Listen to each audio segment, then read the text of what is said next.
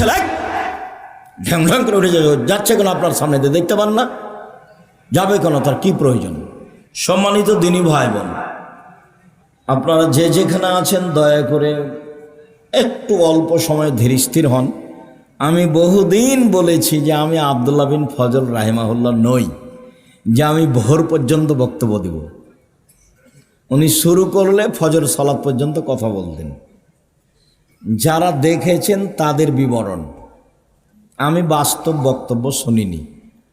যখন তিনি মারা যান তখন আমি ইন্ডিয়ায়, তবে আমি তার কথার গতি শুনেছি, কি গতিতে তিনি বলতেন। মানে বলার গতিটা এমন ছিল যে মানুষ তার প্রয়োজনীয় পেশাব পায়খানাটা ভুলে যেত। এক খেয়ালে চেয়ে থাকতে থাকতেই সকাল হয়ে গেছে, কেউ বুঝতে পারতেন না কে কোন অবস্থায় আছে। সম্মানিত দিনী ভাই বোন, আল্লাহ তাআলা বলছেন মানুষের পাপ নেকি ওজন হবে। ফাম্মা মান খাফফাত মাওয়াজিনুহু ফাউম্মুহু হাবিয়া, যার নেকির পাল্লা হালকা হবে তার থাকার জায়গা হবে অতীব গভীর গহ্বর হাবিয়া। অমাদ্রাকা মাহিয়া, মুহাম্মদ সাল্লাল্লাহু আলাইহি ওয়াসাল্লাম বলতে পারেন গভীর গহ্বর হাবিয়া নামক জাহান্নামটি কি? আমি বলি নারুন হামিয়া, তা হচ্ছে জ্বলন্ত উত্তপ্ত আগুন। ফাআম্মা মান সাকুলাত মাওয়াজিনুহু ফাহুয়া ফি শাতির রাদিয়া, আর যার নেকির পাল্লা ভারী হবে তার থাকার জায়গা হবে অতীব সুখ স্বাচ্ছন্দ্যময় জান্নাত। তাহলে মানুষের পাপ নেকি ওজন হবে, এ কথা আল্লাহ বলছে। আবার বলছেন এক শ্রেণীর মানুষের পাপ নেকি ওজন করব না। ইউখাযু বিন নাওয়াসি ওয়াল আকদাম, তাদের মুখের সামনের দিক এবং পা ধরে জাহান্নামে নিক্ষেপ করা হবে, তাদের বিচার আচার নেই। তাহলে মূল কথা কি? বিচারের মাঠে নেকির পাল্লায় সবচেয়ে যেটা ভারী নেকি হিসাবে চাপানো হবে সেটা হলো ভালো চালচলনের নেকি। ইবাদতের জগতে সবচেয়ে ভারী নেকি সদাচরণের নেকি। ইবাদতের জগতে সবচেয়ে ভিন্ন ধরনের ব্যতিক্রম বিরল ইবাদত সলাত, নামাজ। এই ইবাদত মানুষের সাথে আপোষ করে না, অন্যান্য ইবাদত করে। সলাত মানুষের সাথে আপোষ করে না। আপোষ মানে হজ একটা ফরজ বিধান।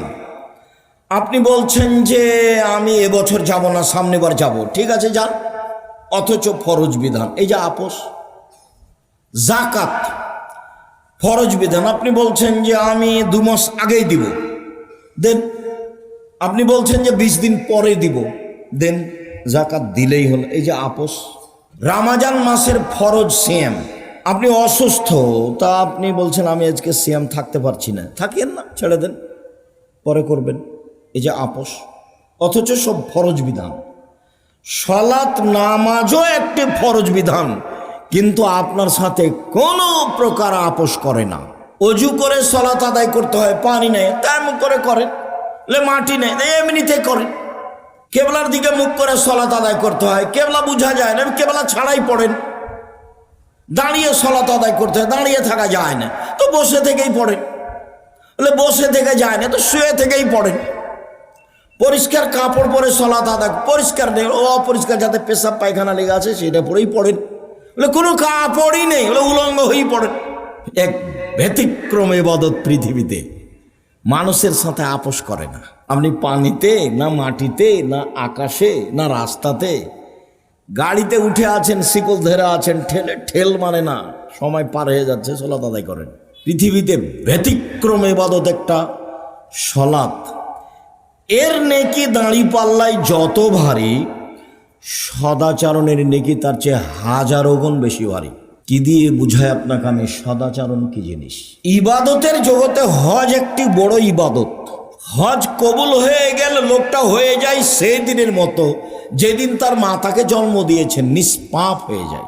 এই হজের নেকি যত ভারী, সদাচরণের নেকি তার চেয়ে লক্ষ গুণ বেশি ভারী। কি দিয়ে বুঝায় আপনাকে আমি সদাচরণ কি জিনিস?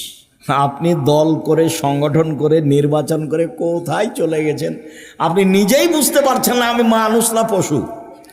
বুঝেও বুঝে না ওরা, অন্তর আছে বুঝে না, দেখেও দেখে না ওরা, চক্ষু আছে দেখে না, শোনেও শোনে না ওরা, কান আছে শোনে না। উলায়েকা কালা নাম, তারা পশু প্রাণীর মতো, তারা গরু ছাগলের মতো, তারা কুকুর শ্রীগের মতো, বালহুমাজাল, বরং তার চেয়ে খারাপ মানুষ। আমি বলিনি, এ কথা আল্লাহ তাআলা বলছেন, কুকুর শ্রীগের চেয়ে খারাপ।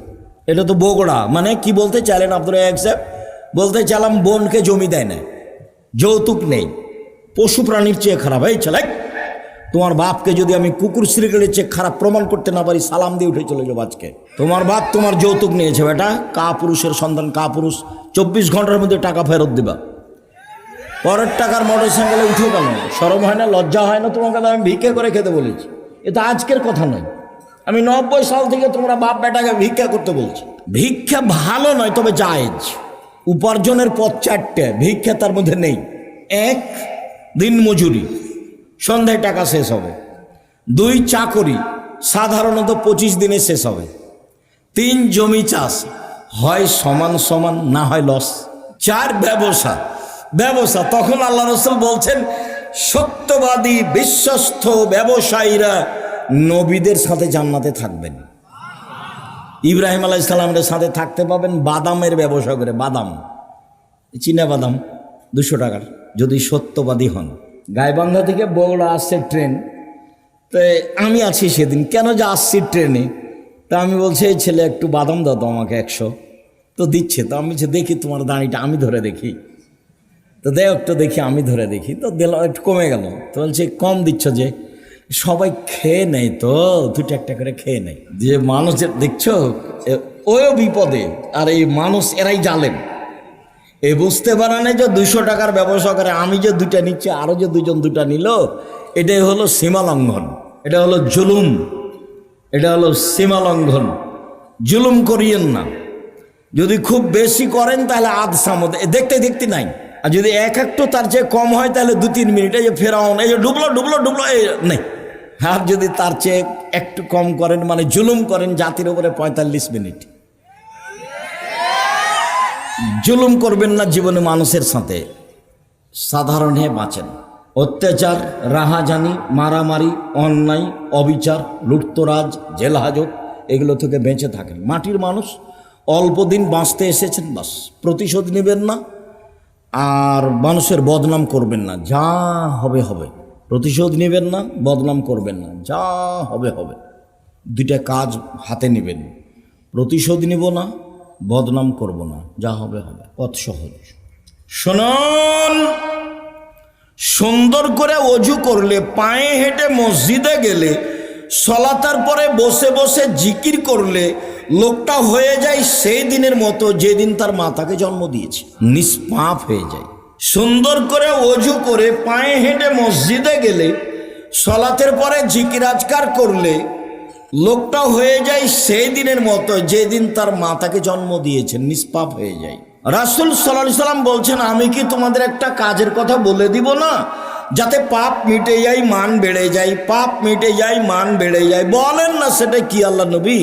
পাপ মিটে যাবে, মান বেড়ে যাবে। তখন আল্লাহ রাসূল বলছেন, আরে সুন্দর করে অজু, পায়ে হেঁটে মসজিদ, আর সলাতের পরে বসে বসে জিকির। লোকটা যখন এরকম করলো, তার মরে যাওয়া ভালো, তার বেঁচে থাকা ভালো, তার মরে যাওয়া ভালো, তার বেঁচে থাকা ভালো। লোকটা হয়ে গেছে সেই দিনের মতো যেদিন তার মাতাকে জন্ম দিয়েছে, নিষ্পাপ হয়ে গেছে। এই কাজের আমল যত ভারী, ভালো চাল চলনের নেকি তার চেয়ে লক্ষ গুণ বেশি ভারী। কি দিয়ে বুঝায় আপনাকে ভালো চাল চলন কি জিনিস? আমি আগে একটা দলিল পেশ করি, তারপরে এখানে আবার আসবো 2-1 মিনিটের জন্য ইনশাআল্লাহ। আবু দারদা রাদিয়াল্লাহু তাআলা আনহু বলেন, রাসূল সাল্লাল্লাহু আলাইহি ওয়াসাল্লাম বলেছেন, ইন্না আসকালা শাইইন ইদাউ ফি মিজানিল মুমিনি ইয়াউমাল কিয়ামা খুলুকুন হাসান। বিচারের মাঠে আদম সন্তানের নেকির পাল্লায় সবচেয়ে যেটা ভারী নেকি, সবাই তো বুঝতে পারবেন, ওটা ইসিম তাফজিল, মানে অধিক ভারী। সবচেয়ে সবচেয়ে যেটা ভারী নেকি চাপানো হবে সেটা হলো সদাচরণের নেকি। এ কথা আমি বলিনি, এ কথা মুহাম্মদ সাল্লাল্লাহু আলাইহি ওয়াসাল্লাম বলেছে। সবচেয়ে ভারী নেকি ভালো চালচলনের নেকি। ভালো চালচলন সবাই বুঝি। তোমরা কি দায়িত্বশীল? তোমরা যারা দাঁড়িয়ে আছো তারা দায়িত্ব পালন করলে ভালো কথা করো, আর তোমরা যারা দায়িত্ব পালন করছো তোমাদের সতর্ক করছি রাস্তায় যেন কেউ দাঁড়িয়ে না থাকে। হয় আসতে হবে, না হয় চলে যেতে হবে। হয় ভিতরে এসে বসতে হবে, না হলে চলে যেতে হবে। আমি নির্বাচনের জন্য আসিনি, আমি ঢং দেখতে আসিনি। আপনার যদি অনুকূলে হয় থাকেন, আমি আপনার জন্য এসেছি। যদি আপনার অনুকূলে না হয়, রাত অনেক হয়ে গেছে, বাড়ি যান। আপনি এখানে গল্প করছেন কেন? নিজেকে পশু প্রাণী মনে করছেন কেন? আমি তো আপনাকে পশু প্রাণী মনে করিনি, আপনাকে তো আমি মানুষ মনে করছি, এবং আমি আপনার জন্যই এসেছি। আপনাকে আমি অন্তর থেকে ভালোবাসি। আপনি আমার দিনী ভাই, আপনি আমার দিনী বোন। আমি আপনার জন্য এসেছি, আপনার কিছু না কিছু উপকার করবো ইনশাআল্লাহ। আপনি নিজেকে মানুষের পরিচয় দিয়ে বসেন, দেখেন আমি আপনার উপকার করতে পারি কিনা। ইনশাআল্লাহ করব। ভালো চালচলন সবাই বুঝি। মানুষে বলে লোকটা খুব ভালো, এই যে মানুষে বলে তার ব্যবহার খুব ভালো, এই যে মানুষে বলে খুবই খারাপ, ওর সাথে যায় না, ওর সাথে থাকেন না, ছেলেটা খুব খারাপ, লোকটা খুব খারাপ, এই যে মানুষও বুঝে। বাস্তব দেখবেন যে এখানে মোড়ে আপনি অটোতে বসে আছেন, আর আমি উঠতেই ছেলের টান দিয়েছি, তেমনি আমি আপনার মুখের উপরে পড়ে গেছি। তখন আপনি বলছেন বসেন বসেন বসেন, কোনো সমস্যা নেই, বসেন বসেন, কোনো সমস্যা নেই। একটু পরে আর একটা অটোতে একজন বসে আছে, আরেকজন উঠে না বসতে ও টান দিয়েছে। তখন ও একবারে ওর উপরে হুমড়ি খেয়ে পড়ে গেছে। তখন বসে থাকা লোকটা বলছে চোখ নাই, চোখ নাই, দেখতে পান না, হিসাব করে গাড়িতে ওঠেন না, বিবেচনা নেই। কোনটা ভালো লাগলো আপনাকে? তাহলে আমরা সবাই ভালো চালচলন বুঝি, ভালো চালচলন খুব দিনের মতো বুঝি। এবার বুঝলাম যে ভালো চালচলন সবাই বুঝি, আর এটাও অবগত হলাম যে নেকির পাল্লায় সবচেয়ে ভারী নেকি ভালো চালচলনের নেকি। এমন কোনো ইবাদত নাই পৃথিবীতে যার নেকি ভালো চালচলনের নেকির মতো ভারী হতে পারে। দুনিয়াতে দুইটা তাসবিহ আছে, তার নেকি